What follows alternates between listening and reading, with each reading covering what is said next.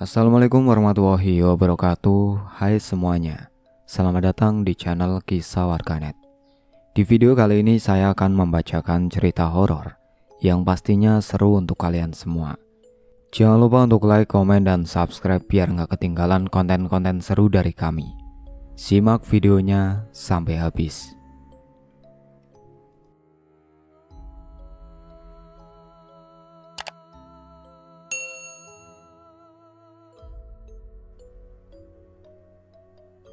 Sebuah desa yang mendapat teror misterius tentang kemunculan bunga kantil di depan pintu rumah-rumah warga setiap menjelang malam.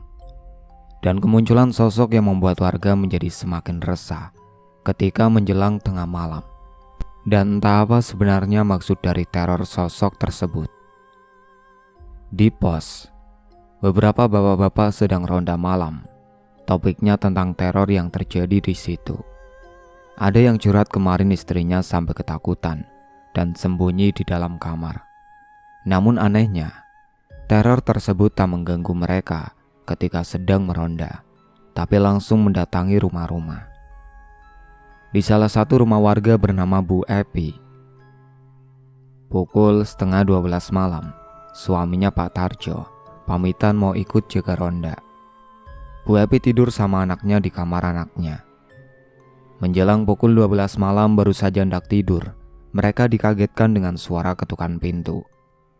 Bu Epi bangun hendak buka pintu, namun baru megang gagang tiba-tiba terdengar ada suara tangisan dari luar dan ada tebaran bunga kantil di celah bawah pintu.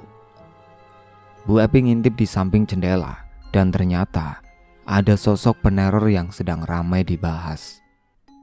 Bu Epi mengurungkan niat buka pintu dan langsung lari ke kamar, menyusul anaknya tidur di balik selimut. Untungnya, sosok itu nggak ngikutin. Esoknya ketika bangun, Pak Tarjo sudah duduk di depan TV, dan Bu Epi pun menceritakan kejadian semalam. Saat itu, Ibu Epi pun duduk di sampingnya Pak Tarjo, sambil mengobrol-ngobrol. "Pak, semalam waktu Bapak ngeronda, Ibu dapat teror, Pak." "Masa sih, Bu? Emangnya Ibu lihat apa?" tanya Pak Tarjo. "Iya, Ibu lihat ngintip di balik jendela." Setelahnya Pak Tarjo mengalihkan pembicaraan ke yang lain. Kalau semalam Pak Tarjo dengan yang lain saat sedang meronda, mereka juga mendapatkan teror. Saat itu para bapak-bapak yang sedang ngobrol-ngobrol, tiba-tiba saja mereka mencium bau busuk yang menyeruak. Semua bapak-bapak pun saling berpandangan dan mencari bau itu, tapi tidak ada bangkai tikus di sekitarnya, karena bau busuk itu seperti bau bangkai tikus. Sesaat kemudian mereka tiba-tiba saja mendengar ada suara tangisan wanita yang terdengar jelas sekali. "Suara apa itu ya?" ucap Pak Tarjo. Lalu Pak Tarjo mencoba menoleh ke atas pohon yang ada di samping pos ronda. Dan betapa terkejutnya dia melihat ada sosok wanita yang nangkring di sana. Pak Tarjo menunjuk ke arah atas pohon sambil teriak dan membuat bapak-bapak yang lain langsung menoleh ke arah yang ditunjuk Pak Tarjo. Semuanya langsung berteriak, hingga akhirnya semua langsung kocar-kacir berhamburan, pergi pulang ke rumahnya masing-masing. "Pak, Bu," ucap anaknya. Pak Tarjo dan Bu Epi pun saat itu menghentikan obrolannya karena ada anaknya yang datang. Ternyata anaknya lapar dan Bu Epi lupa kalau dia belum masak buat sarapan. Akhirnya kala itu Bu Epi segera masak di dapur untuk sarapan keluarganya. Akan tetapi saat Bu Epi membuka pintu dapurnya, betapa terkejutnya dia melihat ada beberapa kembang kantil yang berserakan di depan pintu. "Pak, Bapak, ada apa, Bu?" Sontak Pak Tarjo pun langsung menghampiri Bu Epi ke dapur karena penasaran. "Pak, sini lihat." Pak Tarjo pun kaget karena di rumahnya banyak sekali kembang kantil. Tapi setelahnya Pak Tarjo membersihkan kembang kantil itu, sedangkan Bu Epi lanjut menyapu. Setelah selesai masak, mereka pun sarapan bersama, sambil masih kepikiran soal teror itu. Di lain hari ada juga salah satu bapak yang bernama Pak Arjun. dia nggak jadi tidur di pos ronda. Malam itu pukul 11:50 malam, Pak Arjun jalan sendirian pulang ke rumah, dan ketika dirinya sampai di pelataran rumahnya, Pak Arjun melihat seperti ada sosok wanita berdiri menatap pintu rumahnya. Otomatis membelakangi Pak Arjun, dan ada bunga kantil di sekitarnya. Sontak Pak Arjun gak jadi pulang ke rumah dan kembali lagi ke pos dan menceritakan kejadian itu. Dia berharap semoga orang-orang rumah gak kenapa-napa.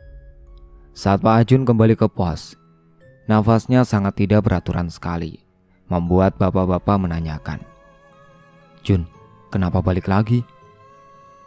"Di rumah ada sosok wanita dan juga ada kembang kantil di sana." "Ah, yang benar." "Iya benar. Makanya aku kembali lagi ke sini, takut. Tapi aku kepikiran orang rumah." "Udah, semoga tidak kenapa-napa yang di rumah." Akhirnya saat itu Pak Arjun berada di pos ronda, tidak bisa tidur memikirkan sosok wanita itu yang mendatangi rumahnya. Keesokan paginya, Pak Arjun pun pulang ke rumah, dan sesampainya di rumah ternyata istrinya sedang menyapu halaman rumah. Setelahnya, Pak Arjun duduk di depan teras dan menanyakan kepada istrinya apakah semalam ada kejadian aneh. Kemudian istrinya yang sudah selesai menyapu halaman lanjut duduk di sampingnya Pak Arjun, menceritakan kejadian yang dialaminya semalam. Kalau katanya, semalam istri Pak Arjun tengah malam terbangun karena dia ingin buang air kecil. Saat berada di dalam kamar mandi, tiba-tiba saja Bu Arjun mendengar ada suara wanita yang menangis. Sontak dia pun langsung merinding karena kepikiran dengan rumor yang beredar di desanya. Setelahnya, Bu Arjun pun usai selesai langsung keluar dari kamar mandi. Dan tiba-tiba saja dia mendengar ada suara yang mengetuk pintu belakang rumahnya beberapa kali. Sontak Bu Arjun merinding, tapi karena dia penasaran, mencoba mendekat ke arah pintu belakang rumahnya. Kala itu, Ibu Arjun semakin jelas mendengar ada suara tangisan wanita yang terseduh-seduh. Dia pun mengintip di balik gorden jendela. Dan betapa terkejutnya dia melihat ada sosok wanita berambut panjang berdiri membelakangi Bu Arjun. Bu Arjun yang sudah tahu dan paham kalau itu pasti sosok yang meneror desa, dia pun langsung lari terbirit-birit kembali ke dalam kamar dan langsung menenggelamkan tubuhnya di balik selimut. Sesaat kemudian Pak Arjun juga menceritakan soal yang dialaminya semalam. "Sebenarnya semalam Bapak sudah pulang, Bu." "Terus kok sekarang baru pulang, Pak?" "Iya, Bu. Semalam Bapak lihat di depan pintu ada wanita berdiri, sama ada banyak kembang kantil. Akhirnya Bapak lari lagi kembali ke pos ronda." "Pantesan tadi Ibu nyapu ada banyak kembang kantil, Pak." Tiba-tiba mereka dikejutkan dengan suara benda jatuh di dalam dan suara teriakan anaknya. Mereka berdua lantas lari masuk ke dalam. Dan ternyata anaknya mereka itu sudah jatuh terkapar di lantai bersama dengan kipas angin yang ambruk menindih kaki anaknya. Anak mereka saat itu nangis kejer karena merasa sakit kakinya tertindih oleh kipas angin. Bu Arjun mencoba menenangkan Pak Arjun, memperbaiki kipas yang rusak itu karena jatuh. Bu Arjun pun menanyakan kepada anaknya apa yang sudah terjadi, kenapa kipasnya itu bisa jatuh menimpanya. Anaknya yang sudah mulai tenang pun menceritakan kalau katanya tadi dia yang sedang mau ambil remote TV. Tiba-tiba dia melihat ada sosok wanita menyeramkan. Akhirnya anaknya mencoba lari, tapi tidak melihat ada kabel kipas yang melintas. Akhirnya dia tersandung kabel kipas itu. Sekitar pukul 11 siang Bu Arjun beranjak pergi menuju ke tukang sayur untuk belanja sayuran. Di sana juga ada beberapa ibu-ibu yang mau belanja sayuran, termasuk ada Bu Karti dan Bu Epi juga. Saat mereka sama-sama menceritakan soal teror yang dialaminya, ternyata mereka juga diteror semua setiap malam. Kala itu Bu Karti menceritakan terornya yang terjadi 2 hari yang lalu saat malam hari.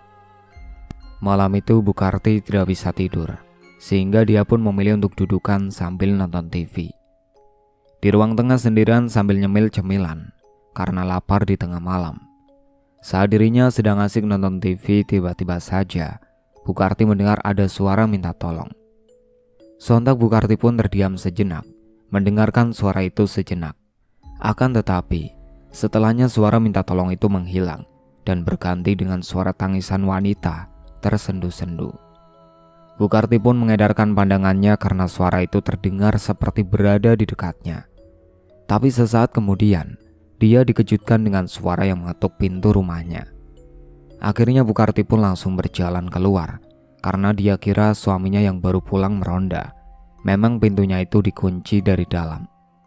Tapi saat Bu Karti mendekat ke pintu depan, dia mencium bau busuk yang menyengat. Tidak hanya itu, Bu Karti juga mencium bau kembang kantil bersamaan dengan bau busuk itu.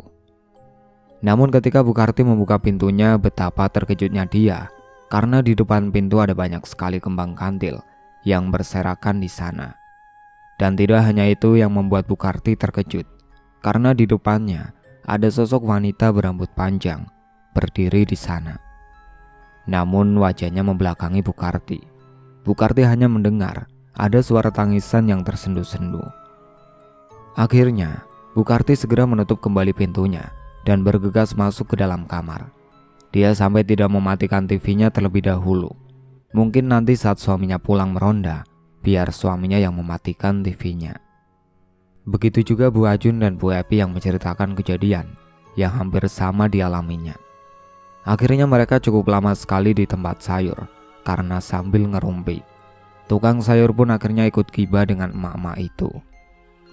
Setelah semuanya sudah capek ngerumpi dan tukang sayurnya pun akan lanjut keliling, ibu-ibu yang sudah selesai belanjanya segera pulang ke rumah masing-masing. Singkat cerita, malam harinya, seperti biasa, bapak-bapak berbondong-bondong pergi menuju ke pos ronda untuk ronda malam. Sesampainya di pos ronda, mereka pun langsung mengobrol. Ada yang sambil mainan catur dan nonton TV juga. Mereka lagi-lagi membicarakan soal teror yang terjadi akhir-akhir ini yang sudah membuat resah. Beberapa saat kemudian bapak-bapak pun melakukan ronda keliling desa untuk memastikan keamanan. Dan ronda keliling akan dilakukan hanya 1 jam saja. Saat sedang ronda keliling, bapak-bapak melewati jalanan yang sepi dan ada kebun juga yang gelap. Kala melewati depan kebun, mereka melihat ada sekelebat bayangan putih yang melintas di sana. Dan kesiur angin kencang yang membuat mereka merasakan hawa dingin. Untungnya mereka membawa sarung masing-masing, meskipun masih tetap terasa dingin. Sontak mereka semua merinding dan terperanjat melihat bayangan putih itu. Apa itu tadi ya?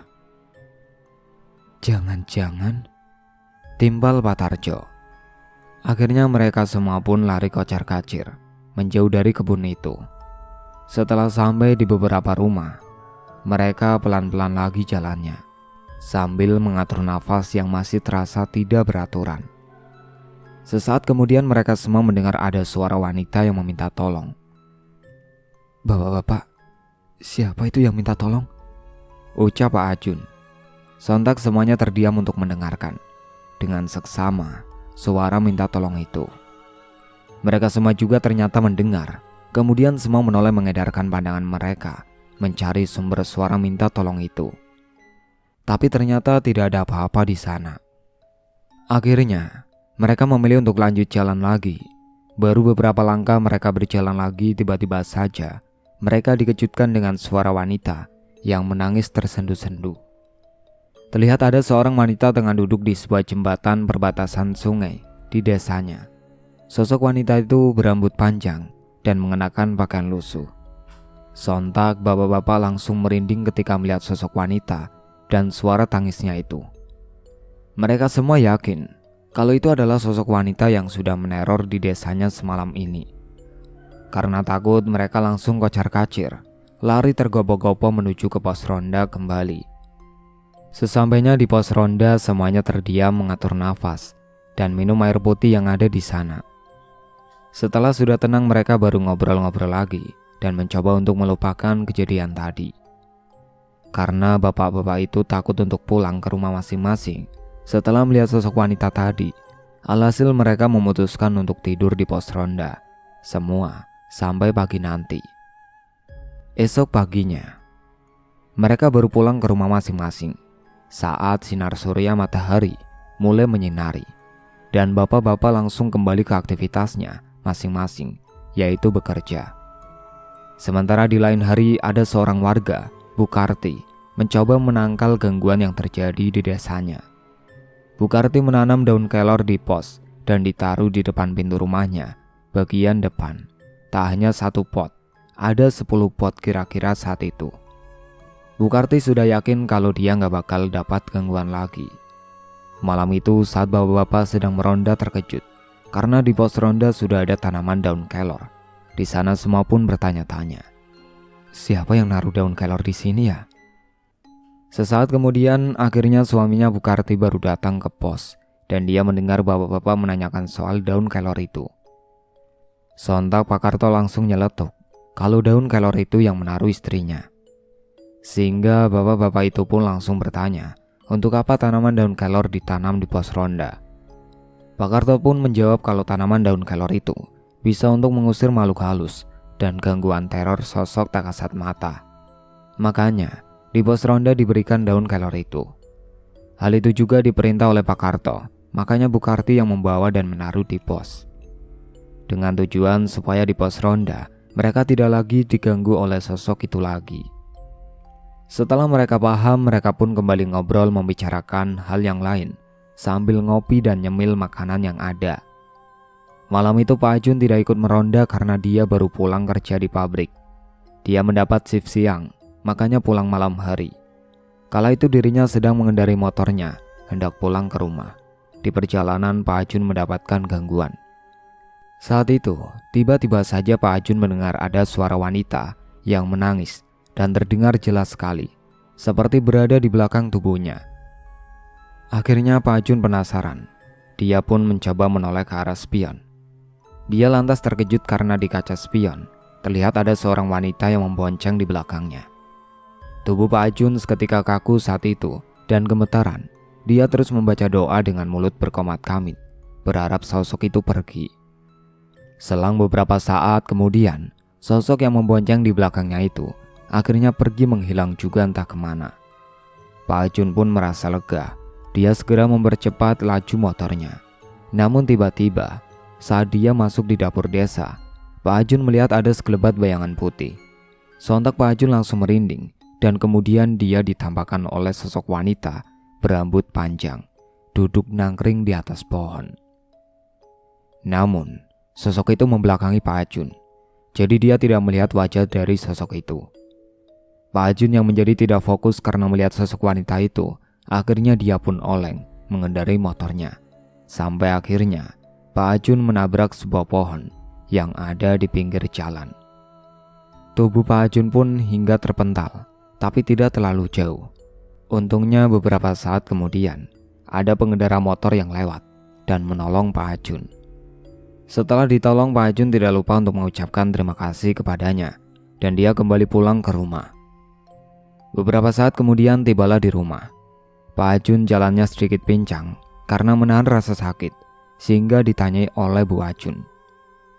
"Pak, kenapa? Kok jalannya pincang gitu?"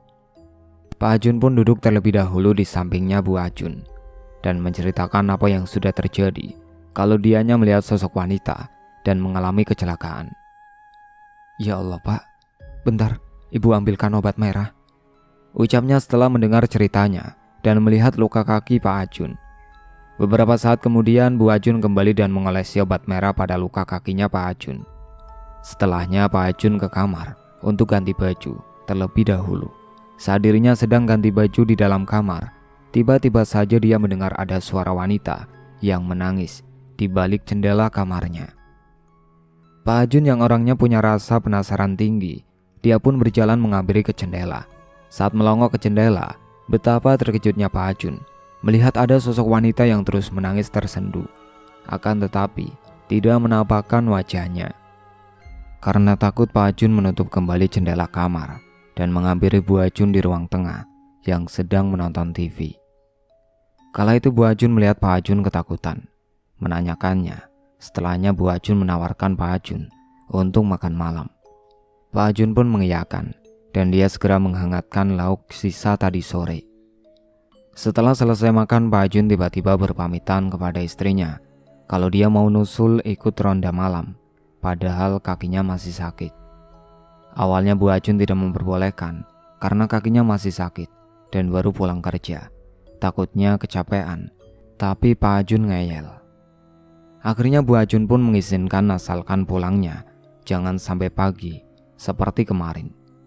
Tapi saat itu Pak Ajun tidak janji karena takutnya ada kejadian seperti kemarin lagi. Beberapa saat kemudian Pak Ajun yang baru datang ikut bergabung dan menceritakan kejadian yang dialaminya tadi sepulang kerja. Semua pun turut prihatin dengan kejadian yang telah menimpa Pak Ajun. Hingga pada suatu malam Bu Karti dan Pak Karto sedang nonton TV bareng, begadang sampai jam 12 malam. Suasana aman-aman saja, hingga tiba-tiba anaknya Putra terbangun hendak buang air kecil dan melewati ruang tengah. Bu Karti melihatnya. Putra yang habis buang air kecil tiba-tiba dia mendengar ada suara yang mengetuk pintu belakang rumah. Dia tak langsung buka, dia mengintip dari balik jendela. Ternyata sosok itu ada di belakang rumah dengan suara tangis dan bunga kantil yang bertebaran di situ. Belum sempat mengamati dengan jelas, Putra buru-buru lari dan menghampiri orang tuanya dan berkata tentang apa yang dilihatnya. Mereka bertiga pun mutusin langsung tidur dalam satu kamar dan mencoba tak menghiraukan suara tangisan sosok itu yang masih saja terdengar dari arah luar. Daun kelonnya ampuh di depan rumah, tidak di belakang. Malam itu Pak Tarjo sedang memberikan pakan ayamnya di belakang rumah. Karena memang selama ini Pak Tarjo memiliki peliharaan beberapa ayam. Namun saat dirinya sedang memberikan pakan ayam, tiba-tiba dia melihat ada sekelebat bayangan putih. Sontak dia pun merinding dan terperanjat. Tapi Pak Tarjo awalnya tidak peduli, karena mungkin pikirnya hanya perasaannya saja. Akan tetapi tiba-tiba Pak Tarjo mendengar ada suara wanita yang menangis terseduh-seduh. Dan saat dicari sumbernya ternyata dia melihat ada sosok wanita yang tengah nangkring di atas pohon mangga yang ada di belakang rumahnya itu. Sontak Pak Tarjo langsung terbirit-birit, masuk kembali ke dalam rumah dan tidak lupa menutup pintu. Namun saat mau menutup pintu, lantas terkejut. Karena di bawahnya itu sudah ada beberapa kembang kantil yang berserakan di sana. Begitu juga hari-hari berikutnya, hampir semua orang didatangi sosok itu. Namun anehnya, sosok itu tak menyakiti siapapun.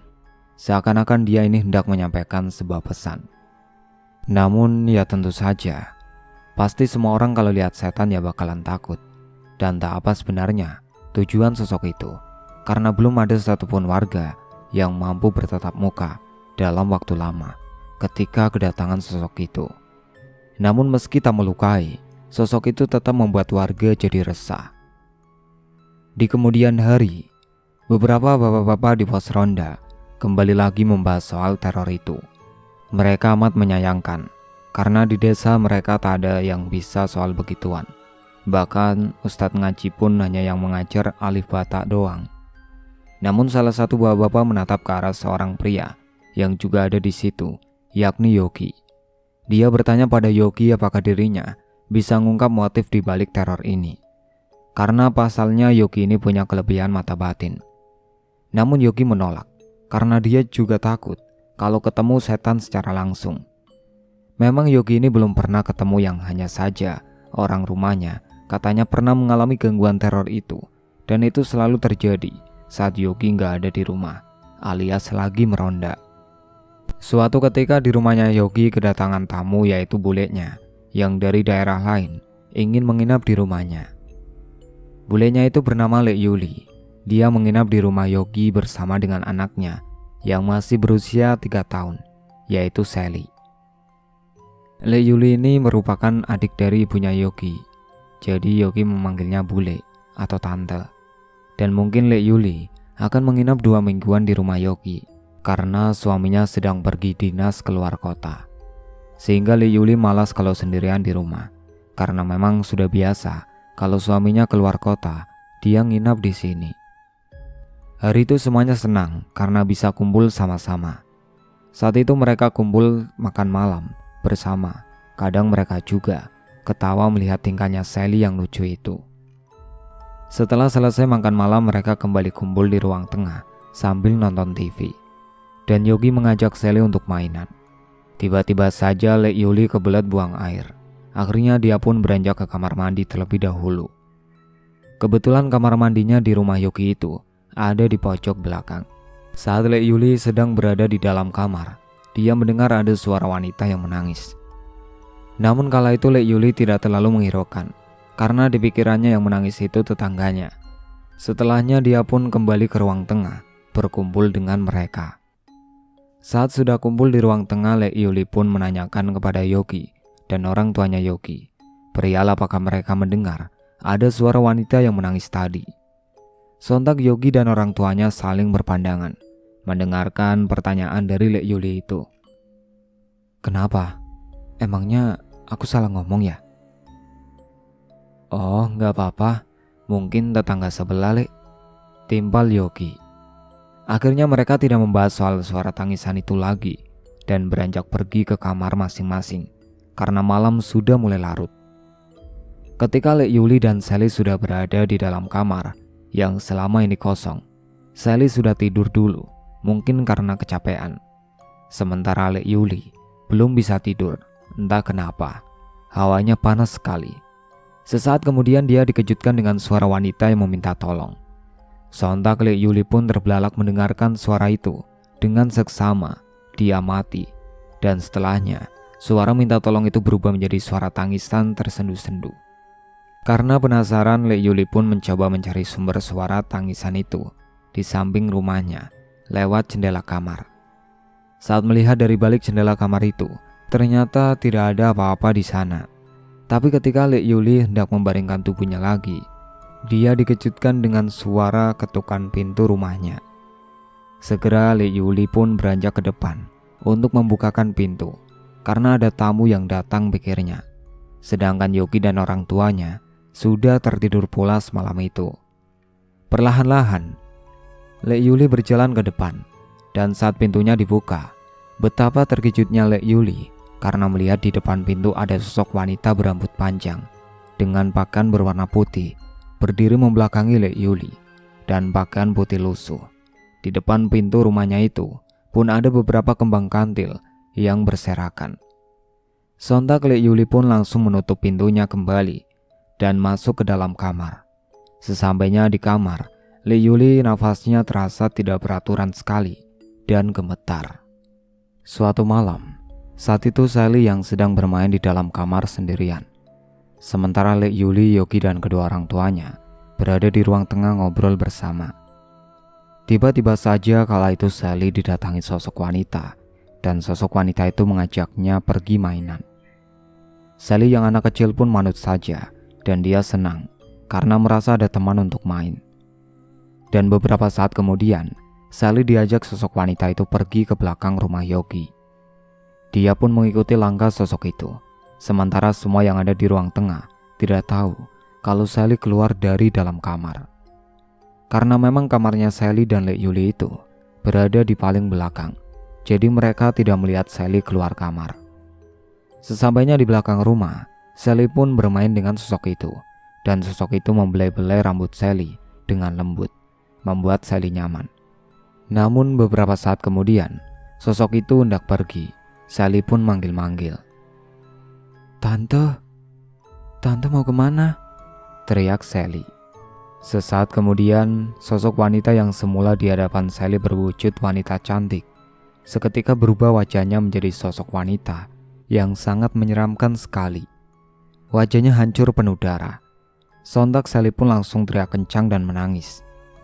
Saat bersamaan sosok itu pun pergi menghilang, entah kemana. Sedangkan Sally masih tetap terus menangis dan teriak, membuat semua yang ada di dalam rumah terkejut mendengar teriakan Sally dan langsung kocar-kacir berlarian menghampiri Sally. Awalnya mereka menghampiri ke dalam kamar, akan tetapi saat di dalam kamarnya ternyata tidak ada, dan saat itu terdengar berada di belakang rumah. Sontak mereka langsung menghampiri ke belakang rumah. Lek Yuli langsung memeluk dan menggendong Sally kala itu untuk menenangkannya, dan membawa masuk ke dalam rumah. Sementara Yogi dan orang tuanya masih bingung dengan yang terjadi oleh Sally. Saat itu mereka juga melihat di tanah belakang rumahnya itu banyak sekali kembang kantil yang berserakan. Mereka pun heran dan berpikir kalau pasti sosok itu datang meneror. Tapi yang mereka pikirkan kenapa Sally bisa tiba-tiba berada di belakang rumah sendirian. Padahal sebelumnya dia ada di dalam kamar.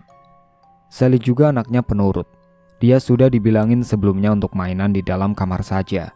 Setelahnya Yogi dan orang tuanya pun kembali masuk ke dalam, mencoba menghibur Sally yang masih terus menangis. Saat itu ibunya Yogi juga mengambilkan air putih untuk Sally, supaya dia lebih tenang. Beberapa saat kemudian akhirnya Sally pun tidur dengan sendirinya. Karena mungkin dia kelelahan menangis, dan Lek Yuli membawanya ke dalam kamar. Ketika Yogi dan orang tuanya sedang menonton TV, kembali mereka dikejutkan dengan suara pintu belakang yang tiba-tiba saja menutup dengan sendirinya. Memang tadi mereka lupa untuk menutup pintu. Yogi pun segera ke belakang menutup pintu, tapi dirinya sudah berada di belakang hendak menutup pintu. Seketika Yogi dikejutkan dengan suara wanita yang menangis terseduh-seduh. Sontak Yogi langsung merinding. Dia pun menutup pintu dan terbirit-birit kembali ke ruang tengah.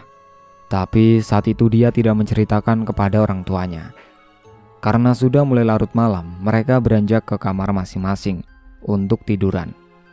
Malam berikutnya di rumahnya Pak Tarjo, anaknya tiba-tiba menangis dan demam tinggi sekali. Pak Tarjo dan Bu Epi pun langsung membawanya periksa.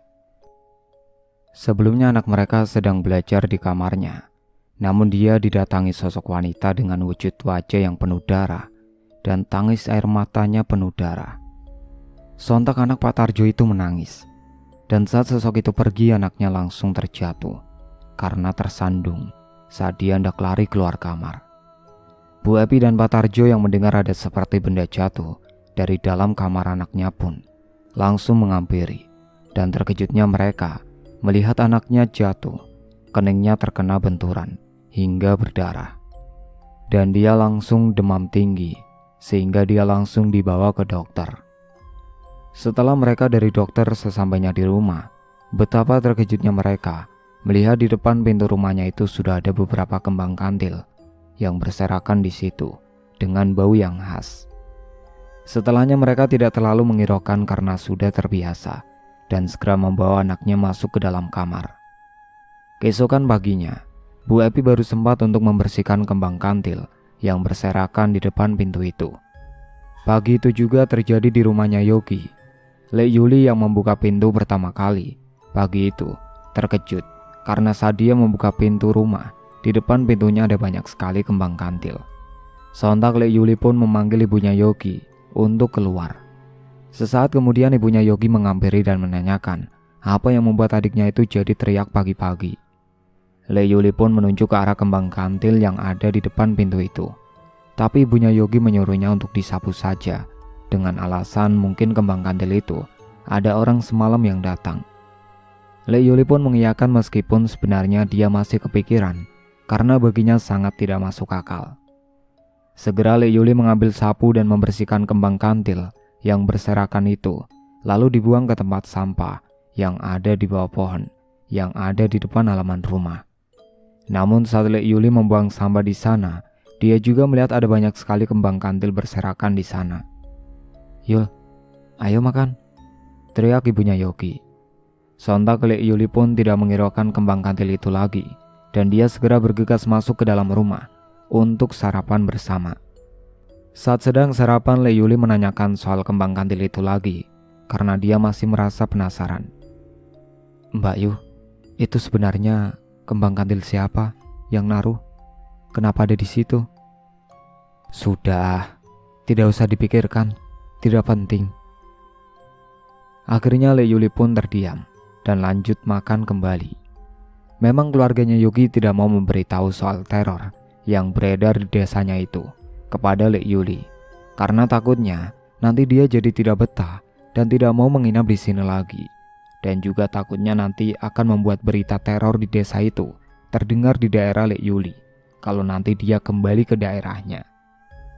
Sekitar pukul 10 pagi, Lek Yuli pergi ke penjual sayuran karena disuruh oleh ibunya Yogi. Sedangkan Sally bersama dengan ibu Yogi di rumah. Saat Le Yuli sedang belanja sayuran, ada beberapa ibu-ibu di sana. Le Yuli pun menyapa mereka dengan ramah. Kala itu para ibu-ibu merumpi dan membicarakan soal teror sosok wanita dan kembang kantil itu. Sontak Le Yuli pun ikut mendengarkan rumor itu karena dia penasaran. Sehingga akhirnya Le Yuli mencoba menanyakan soal cerita itu.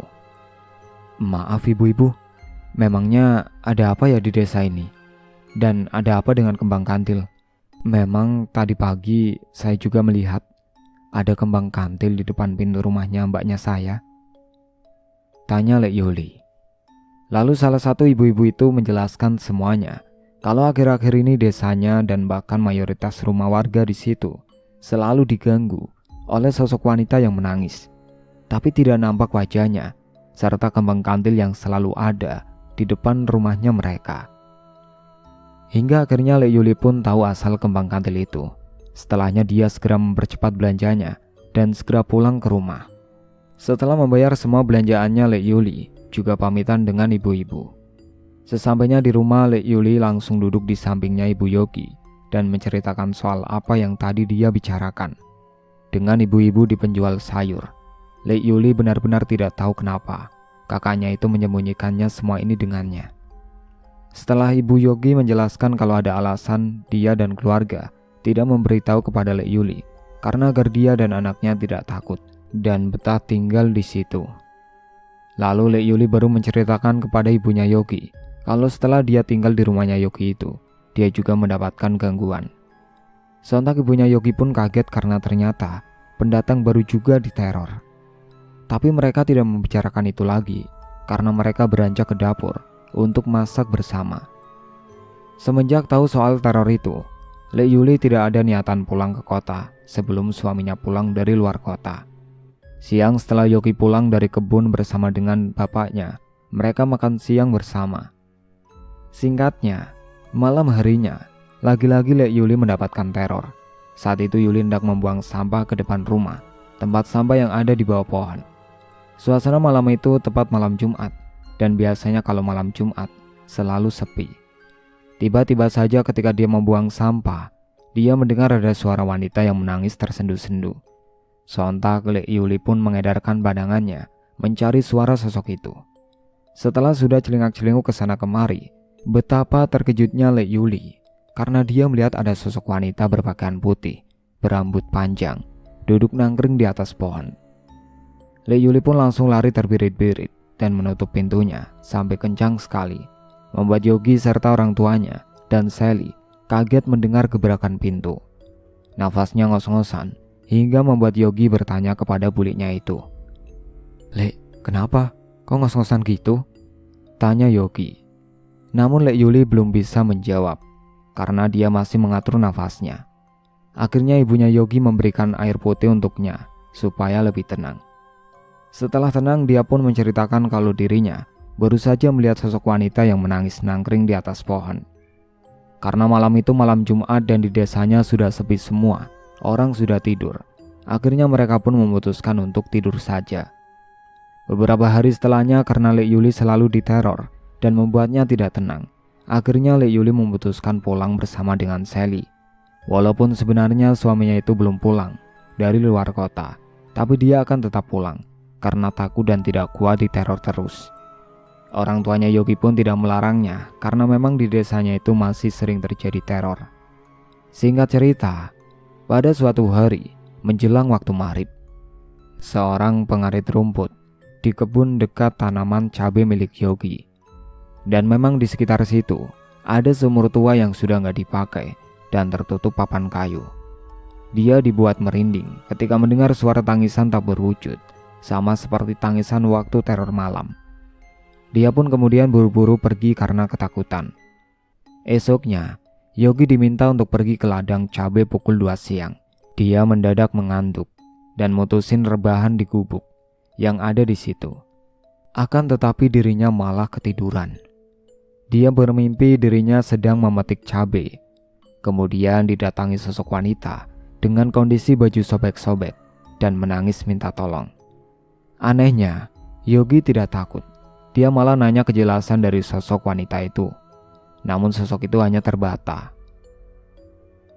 Tolong, tolong, tolong temukan saya. Dengan suara lirih dan seraknya. Singkatnya, Yogi terbangun ketika orang tuanya datang menyadarkan dia yang hampir ketiduran sampai maghrib. Namun setelah bangun tiba-tiba mereka mendengar ada suara seperti orang menangis. Dan tanpa perlu membahas mereka buru-buru pergi dari situ dan kembali pulang. Malamnya Yogi membicarakan mimpinya tadi kepada bapak-bapak di pos ronda.